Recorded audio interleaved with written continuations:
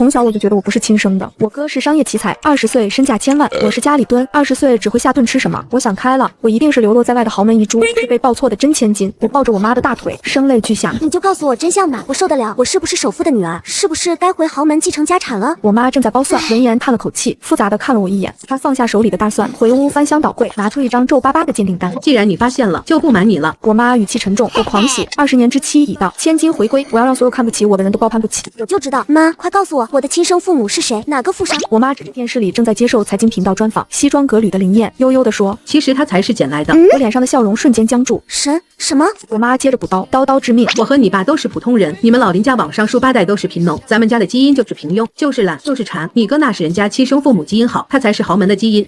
林清雅完美继承了咱们家祖传的废物基因，100%亲生，如假包换。我妈把那张亲子鉴定拍在我脸上，看清楚了，你是我生的，你哥是捡的。那一刻天塌了，我不是豪门遗珠，我是地造祖，我是那个注定要被哥哥打脸的极品亲戚。就在我捧着鉴定单怀疑人生的时候，家里的门开了，林燕回来了，手里提着一个超市的塑料袋，里面装着2斤猪头肉和1瓶二锅头。她一进门就看到我跪在地上，手里拿着一张只要哭不哭，那双深邃的眸子扫过我，最后落在鉴定单上。空气凝固了3秒，我慌乱的想把纸藏起来，但已经来不及了。林燕迈着长腿走过来，夹走我手里的鉴定单，我看不到她的表情，只觉得头皮发麻。完了，秘密曝光了。按照小说套路，他是不是该黑化了？是不是该嫌弃我们这个贫穷的家，然后一脚把我们踹开，回归豪门？哥，我颤巍巍的喊了一声，你听我解释，其实这是我 P 的。林燕随手把鉴定单团了团，扔进垃圾桶。她看着我笑，林清雅，你刚才是不是因为你不是富二代而失望？重点是这个吗？哥，你知道了。我小心翼翼的试探。林燕放下猪头肉和酒。5年前就知道了。5年前她才19岁。那你为什么不走？林燕接过了我的话，她转身进了厨房拿碗筷，平淡的声音传出来：因为你们太笨了，离了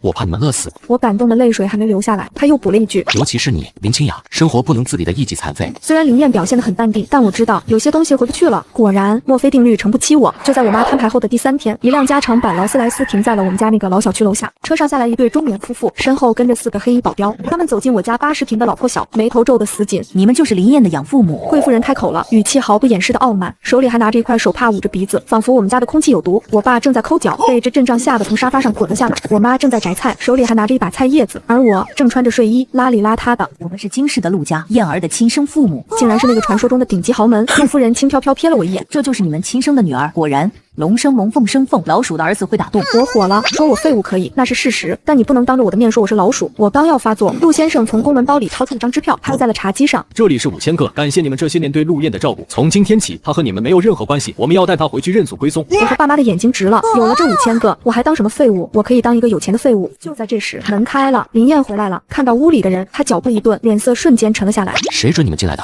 陆夫人看到林燕，眼圈瞬间红了，扑过去想要抱她。燕儿，妈妈终于找到你了，我是妈妈啊。林燕侧身避开，陆夫人扑了个空，踉跄一下，被保镖扶住。我有妈妈。林燕走到我妈身边，自然地接过她手里的菜叶子。这位才是。胡闹！你是陆家的继承人，身上流着陆家的血，怎么能认这种底层人为父母？看看这个环境，看看这个。她手指指向我，看看这个毫无教养的妹妹，你不觉得丢人吗？林燕的目光落在我身上，我下意识地缩了缩脖子，确实挺丢人的。林燕眼神一暗，随即看向陆先生，语气发沉：道歉？什么？向我妹妹道歉？陆先生气笑了，让我给一个野丫头道歉？林燕，你搞清楚，我是你父亲。陆氏现在股价不稳，急需一个继承人来稳定市场，不然我也不会亲自过来找你。竟然为了这点小事。林燕冷笑一声，拿出手机，点开一段录音，是刚才陆先生骂我的话。陆董，如果我没记错，陆氏集团主打的就是亲民形象吧？他漫不经心地晃了晃手机。你说陆氏夫妇仗势欺人，辱骂养育亲子20年的恩人，这个新闻会不会上热搜？陆先生的脸色瞬间变了。你敢威胁我，我是你老子！林燕不置可否的笑笑，我惊呆了。我哥为了我威胁了他的富翁爹，不是他图什么啊？燕儿，你怎么能为了外人对付自家人？我们是来接你回去的，你留在这个破地方有什么前途？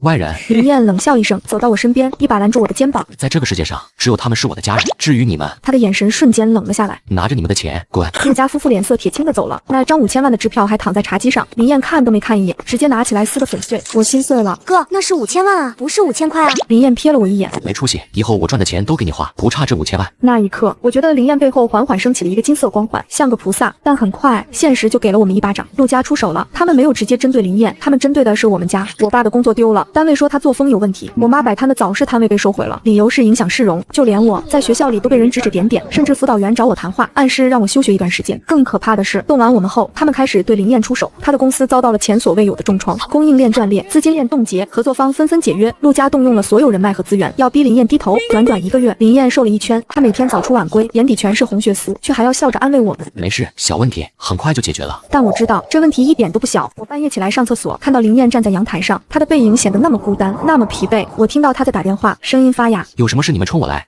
别动我家人，条件你们提，只要不动他们。我躲在门后，眼泪哗哗流。我是废物，但我不是傻瓜。我知道是我们拖累了他。如果没有我们这个软肋，凭林燕的本事，陆家根本拿他没办法。甚至如果他回到陆家，强强联手，他会飞得更高。就是因为我们，他才会被困在这个泥潭里。第二天，我做了一个决定，我背着林燕，偷偷联系了陆夫人。咖啡厅里，陆夫人看着我，眼神依旧那么轻蔑。想通了，5000万离开林燕，劝她回家。我深吸一口气，拿出一张银行卡，打钱。果然是下等人，给钱就能卖哥哥。我没反驳，看着到账短信发进来，5000万，一分不少。钱我收了，我会让他回去的。我没有看陆夫人一眼，转身离开。回到家，我做了一大桌子菜，全是林燕爱吃的。林燕回来时有些惊讶，今天什么日子这么丰盛？哥，庆祝我发财了。发财？你中彩票了？差不多吧。我喝了一口酒，借着酒劲，把那张早已准备好的断绝关系书拍在桌子上。哥，我们断绝关系吧。林燕的笑容消失了。你说什么？我说我们断绝关系。我不敢看她的眼睛，盯着桌上的菜。陆家给了我5000万，5000万啊哥，我这辈子都没见过这么多钱，爸妈也没见过。有了这笔钱，我们能过上好日子，再也不用挤在这个破房子里了。所以你把我卖了？林燕的声音很轻。对，卖了。我咬着牙，挤出贪婪的笑。反正你也不是亲生的，早晚要回去，不如趁现在还能卖个好价钱。林清雅，看着我的眼睛再说一遍。我抬起头，努力让自己显得冷漠无情，像个贪得无厌的小人。林燕，你走吧，回你的豪门去。我们这种穷人家供不起你这尊大佛，你也别挡着我们发财。林燕定定地看了我许久，最后她笑了。好，林清雅。她站起身，什么都没拿，直接走出门口。既然这是你想要的，我成全你。门被关上，我趴在桌子上嚎啕大哭。哥，对不起，只有这样你才能飞得更高更远，只有这样陆家才不会伤害爸妈。我是个废物，我没用，但这是我能为你做的最后一件事。林燕回到了陆家，新闻铺天盖地，全是陆家少爷回归，强强联手，陆氏集团新继承人的消息。我爸妈拿着那5000万，哭得像个泪人。他们知道我是为了林燕，也知道这是没办法的办法。我们搬了家，换了城市，切断了和过去的一切联系。我以为这辈子都不会再见到林燕了，直到半年后，我在电视上看到一则新闻，陆氏集团继承人陆燕即将与沈家千金沈曼订婚。画面里，林燕面无表情，眼神冷漠，而那个沈曼挽着她的手臂，笑靥如花。我还看到了林燕脖子上戴着一块简陋的玉佩，那是她刚创业的时候，我特意去庙里求来的玉佩，她竟然还戴着。那一刻，我的心狠狠地揪了起来。我不放心她，陆家是个吃人不吐骨头的地方，陆夫人也不是什么善茬。林燕虽然厉害，但她是一个人在战斗，我想去看看她，哪怕只是远远看一眼也好。于是我干了件这辈子最疯狂的事，我应聘了陆家的女佣，我花钱买通了中介，给自己伪造了一个老实巴交、只会干活的哑巴人设。反正我在家也要干家务，我混进了陆家庄园，这里大得像迷宫，奢华却没有人情味。我负责打扫2楼的走廊，林燕的书房和卧室都在这一层。第一天我就见到了林燕，她瘦了，她从书房出来，身后跟着几个唯唯诺诺的高管，她一边走一边训斥，气场强得让人窒息。我低着头拼命擦着墙边的花瓶，心虚的不得了。好在她并没有认出我，她从我身边经过，没有停留，没有侧目。也是，我现在穿着灰扑扑的佣人服，戴着口罩，头发盘起来，谁能认出我是那个又懒又馋的林清雅？就在我松了一口气的时候，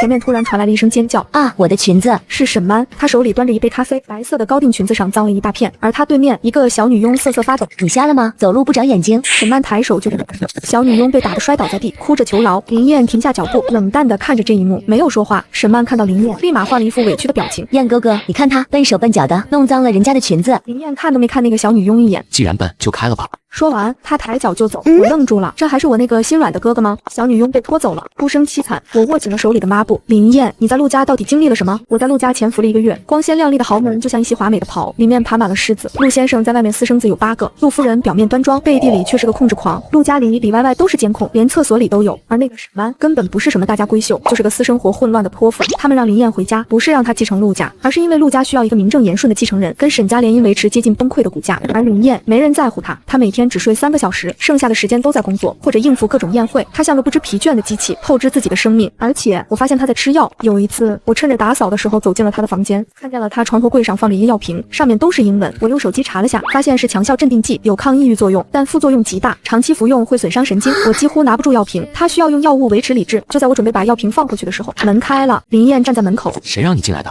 我僵住了，我现在是哑巴，不能说话。我慌乱地比划着，指了指桌子上的灰尘，示意我是来打扫卫生的。林燕燕关上门，一步步向我走来，我不敢看她，只能盯着自己的脚尖。她走到我面前，伸手捏住我的下巴，强迫我抬头。打扫卫生需要翻我的药，你是谁派来的？陆建国还是沈家？我拼命摇头，眼泪在眼眶里打转。哥，是我是清雅，但我不能说，一旦说了，那么之前的努力就都白费了。他会知道我骗了他，会知道我拿了5000万又跑到陆家当佣人，他会生气，他永远不会原谅我。林燕盯着我的眼睛，突然他的眼神晃了一下，他缓缓伸手摘下了我的口罩，我的脸露了出来。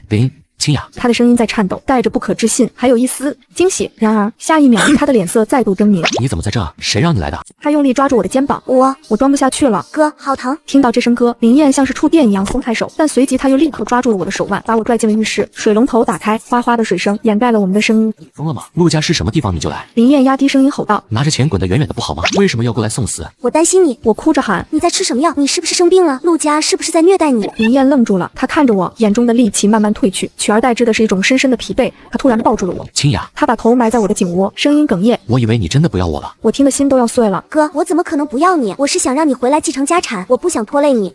没有你们，我要这破家产有什么用？就在这时，浴室外传来了敲门声。少爷，您在里面吗？夫人让您下去一趟。是管家的声音。林燕浑身一僵，瞬间变回了那个冷漠的陆少爷。他松开我，摸了摸我的头，眼神透着一丝决绝。听着，林清雅，从现在开始，你就是个哑巴，不管看到什么、听到什么，都不许出声。等今晚宴会结束，我会安排人送你走。我不走，必须走。陆家要变天了，我不许你留在这里。今晚是陆家主办的慈善晚宴，也是林燕和沈曼正式订婚的日子。整个京市的名流都来了。我穿着佣人服，端着盘子在人群中穿梭，心急如焚。林燕说的变天是什么意思？宴会开始，陆先生在台上虚伪的发表讲话，陆夫人一脸得意的挽着沈曼，林燕站在一旁似笑非笑。突然，大屏幕上的 PPT 变了，本该是陆氏集团的辉煌业绩，突然就变成了一张张照片和视频。这些照片有陆先生和情妇的照片，有私生子的亲子鉴定，还有陆氏集团各种违法交易的证据。更劲爆的是，还有沈曼在夜店和多个男人鬼混的视频截图，以及沈家利用空壳公司洗钱的证据。看呐，这是什么？陆家完了，沈家也完了。陆先生脸色惨白，指着林燕：“逆子，你干的！”林燕慢悠悠地走上台，拿起话筒：“是我。”他看着台下乱成一团的人群，笑得肆意张狂。当年你们嫌弃我有遗传精神病抛弃了我，现在又非要逼着我回来，那就一起死吧。原来这半年他根本没妥协，而是在卧薪尝胆。他收集了陆家和沈家的证据，就是在等待时机，彻底摧毁这两个豪门。保安，抓住他，给我打死这个逆！一群黑衣保镖冲了上来，林燕没有动，他似乎早就做好了玉石俱焚的准备。可我不能看着他出事，我扔掉托盘，抄起旁边桌子上的一瓶红酒，冲上了台。谁敢动我哥？一声怒吼震慑全场。我虽然是废物，但打架从没输过。我一红酒砸在最前面的保镖头上。林清雅，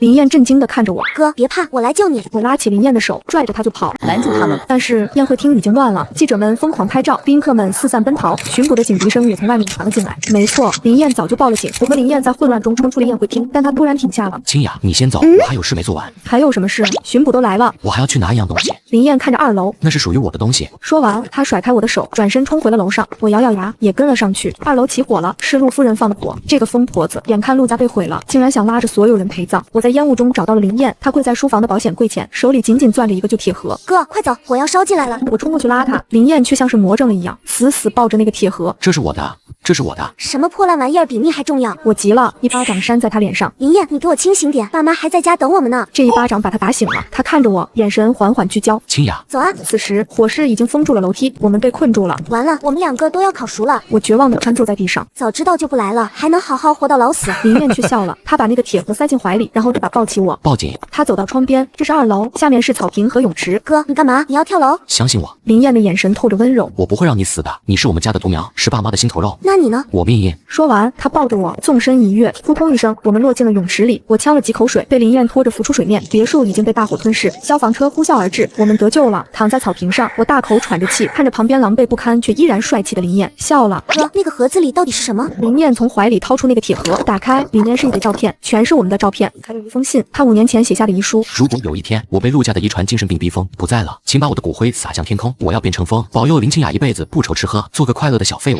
我哭了。哥，你才不会死，你要永远活着，做个老不死。陆家倒了，陆先生进去了，陆夫人疯了，进了精神病院。林燕因为有立功表现，加上并没有深度参与犯罪，只判了缓刑，罚了一大笔钱。他把陆家剩下的烂摊子处理完，捐掉了大部分资产，只留下了足够我们一家人生活的钱。我们又回到了那个小城市，买了个带院子的大房子。我爸又找了个看大门的工作，整天乐呵呵的。我妈重新支起了摊子，卖煎饼果子，生意火爆。而林燕不再是那个高不可攀的商业新贵，她现在是我们这一片最帅的家庭主妇。林清雅，吃饭了。林燕围着围裙，端着一盘糖醋排骨从厨房出来。我躺在沙发上，正在打游戏。哥，帮我包个橘子。自己包。我不，我是废物，包不了。我理直气壮。林燕叹了口气，走过来。过来，认命的拿起橘子，熟练的给包皮去丝，然后塞进我嘴里。好吃吗？好吃。我含糊不清的说。哥，你真好，下辈子我还赖着你。林燕笑了，揉了揉我的脑袋。下辈子换个基因吧，别这么废了。不换，废着舒服。对了，哥，这关过不去，你帮我打。林燕不轻不重地弹了一下我的脑袋，认命地坐下来，帮我打游戏。我挨着他，他挨着我，阳光洒进屋里，岁月静好。我确实不是豪门一族，但我拥有这世上最珍贵的宝物，一个愿意陪我一起平凡，愿意陪我闲鱼一辈子的哥哥，这就够了。我是全世界最幸福的废物。